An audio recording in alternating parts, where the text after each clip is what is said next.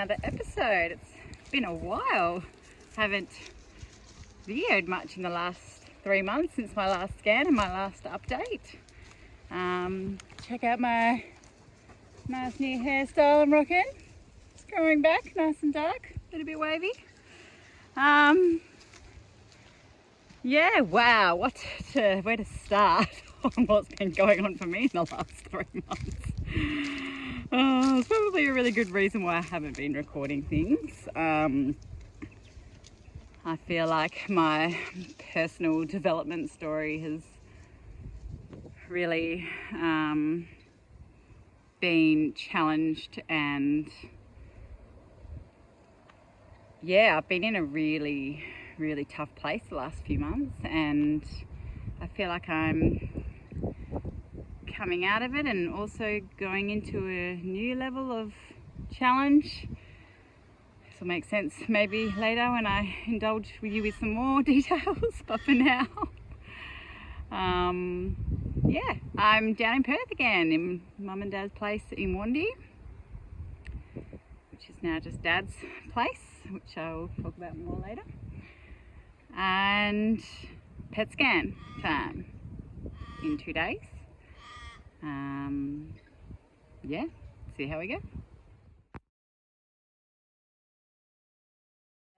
So I guess I can speak a bit more openly about what's been going on for me in the last 6 months. Is a lot of emotional challenge.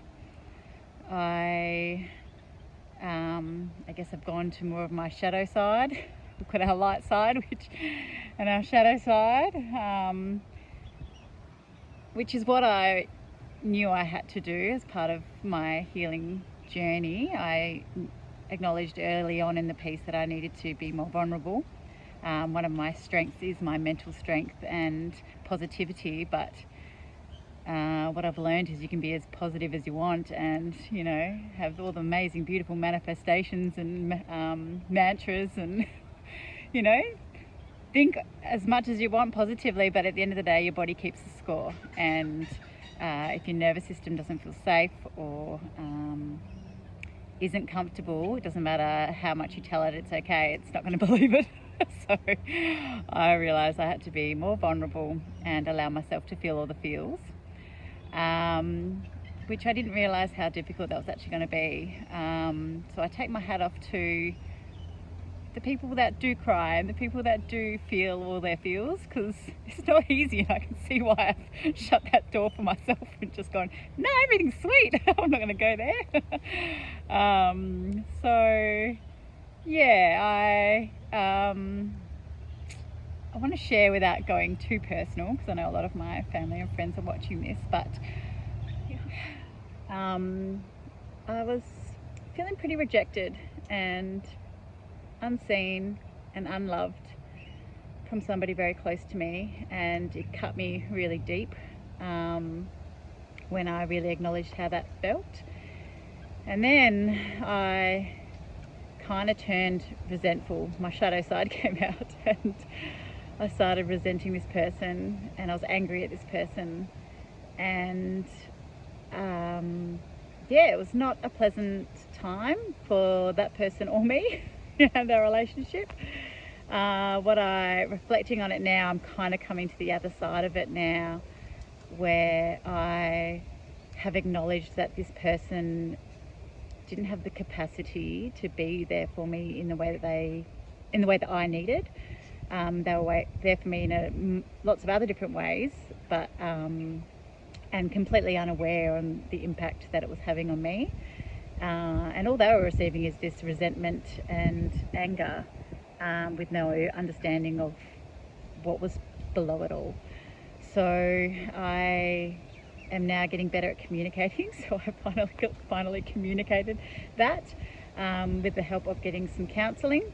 It's really nice to come back to this place of acceptance and you know, letting go of resentment, because when you can come back to that place of compassion and understanding somebody on their other point of view, it doesn't get rid of the pain of like, oh no, what I went through really did hurt, and I acknowledge that, and you know, it was a painful time for me, but I don't have to stay there. I can forgive is the number one thing. communicate so the other person understands, and get back onto the right path, because I was never going to heal and get better holding on to this anger and resentment. So feeling a lot more content now. I'm on the other side of that. Still a work in progress, but getting there. Hello. But sitting in my body in a much better place now, in my mind, which is nice. And then to throw in the middle of all that mix, I lost my mum a month ago yesterday. So that was a very unexpected loss. We were doing a belated family Christmas catch-up in the middle of January, and I drove down to my parents' house, and I noticed my mum wasn't looking too well, and she hurt her back the day I arrived. Didn't want to go to hospital. She's a very tough, stubborn old, not even that old. So she was in so much pain the next day. It was ambulance and to the hospital, which we thought, that's good. We can get her now to get some more tests and find out what's going on, because she's not looking too good. And that was on a Thursday. By the Sunday, our family got called in for a family meeting to find out that her cancer had returned, and it was terminal. So not only was it terminal, but we only had, her organs were starting to fail, and we had days with her.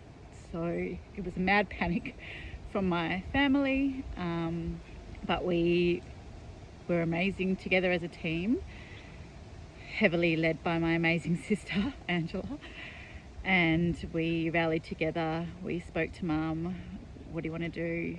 And she just said, I want to be home surrounded by my family. So we madly made that happen and got her home the next day, and she ended up passing away on that Thursday.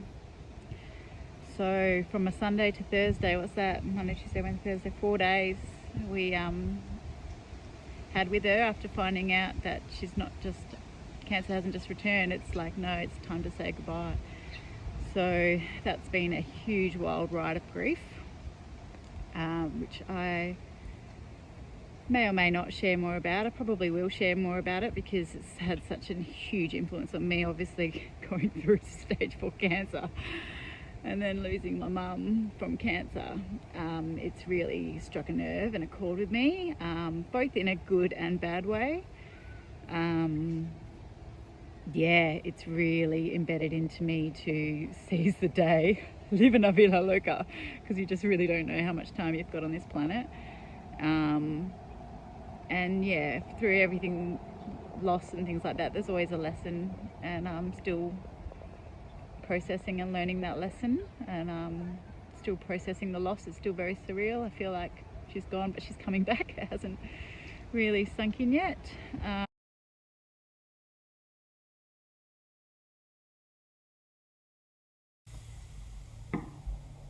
My family and I didn't have long to process the news that our mum, wife and grandma, the matriarch of our family, was about to pass away.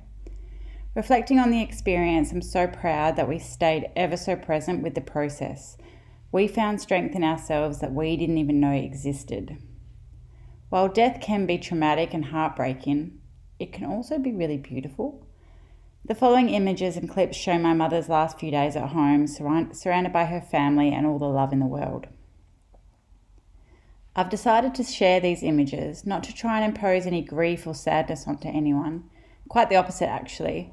While my mum's passing was heartbreaking, it was really beautiful. Death, kind of like birth, can be challenging, but it is sacred and it needs to be supported in a tender, loving way. After my mum passed, my sister and I adorned Mum. We cleaned her, we put her in a beautiful dress, we did her makeup and put on her signature jewellery pieces.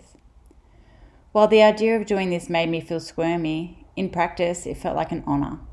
My mum had cared for me all these years, and it felt like a privilege to adorn her one last time.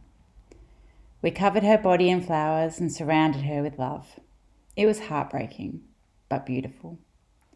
We chose for our children to be present. Death is a natural and inevitable part of life. My mum and dad lost their firstborn, Jody, from SIDS, sudden infant death syndrome. And growing up, we were never sheltered around death. We were often the only children at funerals, and death was an open subject to talk about. I think that really helped us immensely when the time came for us to support our mum crossing over.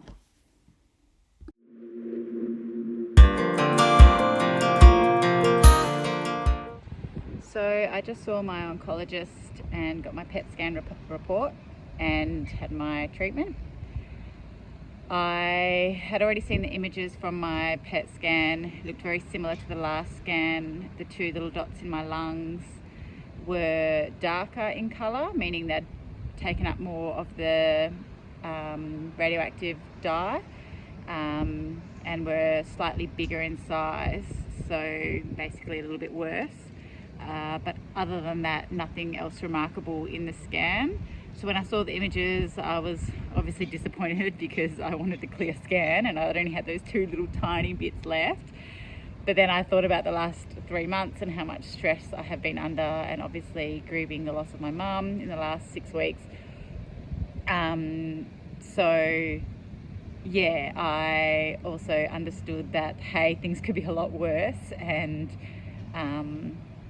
it's worse, but it's obviously still manageable. And then I went into my appointment and he gave me the report, which he only just got as I walked in as well. But unfortunately, in the conventional medical system, when your symptoms are not getting better, they're getting worse, which is in my case, they basically say, well, that line of treatment that you're on is no longer working, so we're going to offer you another line of treatment. And I said, okay. So these two tiny spots in my lung, they're tiny. He asked me if I'd been coughing, if I had any shortness of breath, any symptoms, and I said no, I've actually been feeling pretty good, just my normal fatigue and weakness. But otherwise, I've been feeling good. My bloods are the best they've been in since I was diagnosed. Like, I felt like I was finally on the home stretch. And he basically knocked me right back on my feet and told me that I have to do this new line of treatment, which is, it's a pretty brutal one. The side effects are real. Can really impact your lungs. You can get inflammation on your lungs. It can cause like all sorts of infections and problems with your lungs, and it can also, it's really risky for your heart, which are two pretty important organs. There was risk for those risks when I signed up for the current line of treatment that I'm on. That's why I get my heart checked every 3 months. But generally speaking, most people taking the current medication that I'm on have really low side effects, and it's generally regarded as pretty high success rate with low side effects.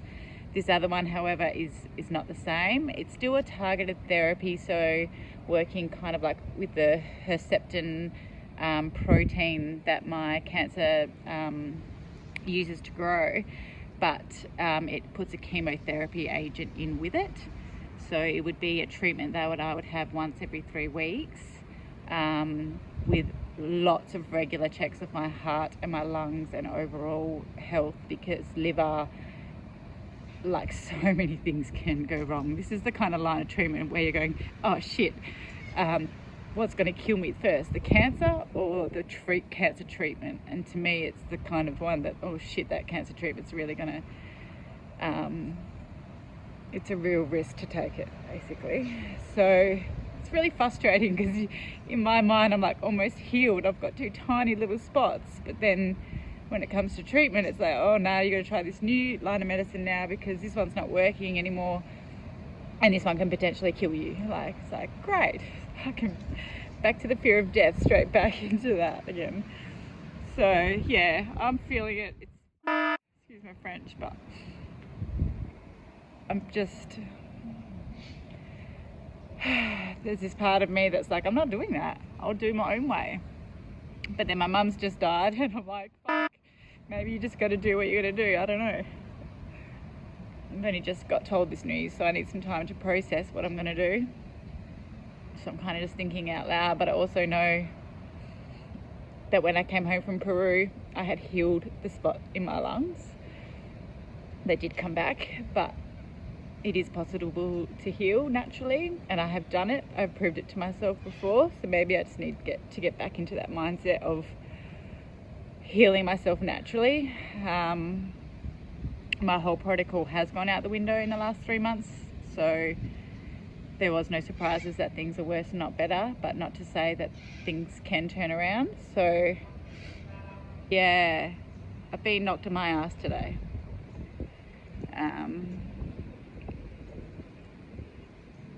But pick myself up, dust myself off, and keep on keeping on. Thanks for being with me, guys. Really appreciate it.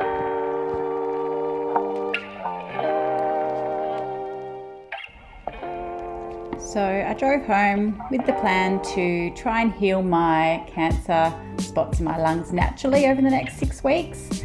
However, I was pretty unmotivated and lacked a lot of discipline to follow my protocol strictly. So I kind of just went meh and just decided to get out in nature and not to put too much pressure on myself. I just didn't have the energy or motivation to put that much pressure on myself. So I just decided to enjoy my time and go with the flow.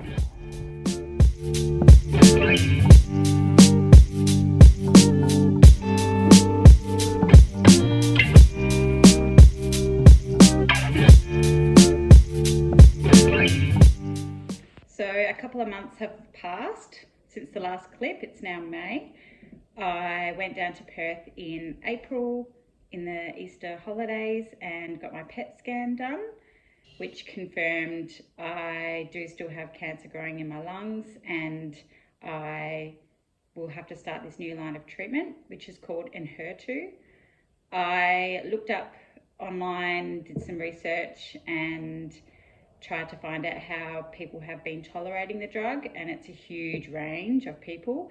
Some people just get fatigue and the nausea and normal kind of chemo symptoms, and some people get the inflammatory lung disease and have problems with their heart and those, more major side effects, and they've had to stop treatment. So I will be starting the treatment. I just unfortunately have had to wait a little while because I've been really unwell. When I was down in Perth after I got my PET scan, I actually got a bacterial infection. I had cellulitis, which is a skin infection, and I got it in my right breast, and it completely blew up like a balloon. Got red, really hot, and basically spread really quickly, and I ended up getting really high fever, going to hospital, and ended up doing 4 days in hospital, or 4 nights in hospital, because the infection got into my bloodstream. So I was really unwell. It absolutely knocked me on my butt. I was fevering mostly in the evenings, every night. And yeah, I was delirious. It was pretty full on. So I ended up leaving hospital on day 5, getting 2 weeks worth of antibiotics to finish at home. And that kind of knocked it on the head. But I was really weak, the antibiotics rolled me as well. So once I finished the antibiotics, I caught a gastro bug and got gastro. So that wiped me out for another 4 days. And I'm just now a few days out of that and recovering. I am meant to have started my treatment last week, but I called my oncologist and told him I was unwell and on antibiotics. I got a blood test done last week, and my bloods are actually excellent. They're all, for my blood work, it's all in the range. It's looking really good. So nothing like a good fever to kickstart the body back into homeostasis. But my liver enzymes were really elevated. A couple of them were like 3 times out of the normal range, which is normal after infection. So I basically have told my oncologist that I'm going to wait until my liver enzymes are kind of back within the range or close to a good baseline before I put myself through this treatment. somehow there was a bit of a miscommunication there, and he booked me in a few days ago for treatment and confirmed that I was good to go, and I had to ring up and say, no, I'm not coming in. And we haven't even discussed the dosage or anything like that. So yes, I had to stand my ground and make sure I go in when I'm ready, which hopefully will be next week. I will get my bloods done again. Hopefully, fingers crossed, my liver enzymes are okay, my blood looks okay. So yeah, I just want a good baseline before I start this next treatment, because I am trying not to worry about it. I worried a lot about chemo, and I actually last time did pretty well with that. But this time around, my body's weak. I've just had all these illnesses. I just feel like I'm really vulnerable. So yeah, I am a little bit worried about the side effects and how much this is going to kick me on my butt, this treatment. So fingers crossed, I cope okay. I'll let you know how it goes. I am calling in family support and friends to support me this time around, because yeah, it's just a lot for us going on.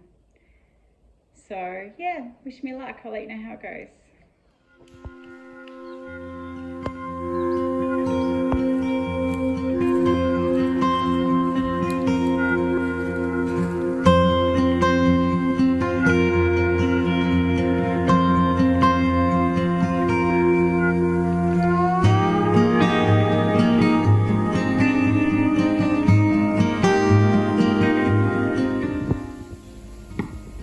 Thanks for watching, everyone. Wish me luck for my new treatment starting possibly next week. I'll be taking it pretty easy and getting out into nature as much as possible. Cheers.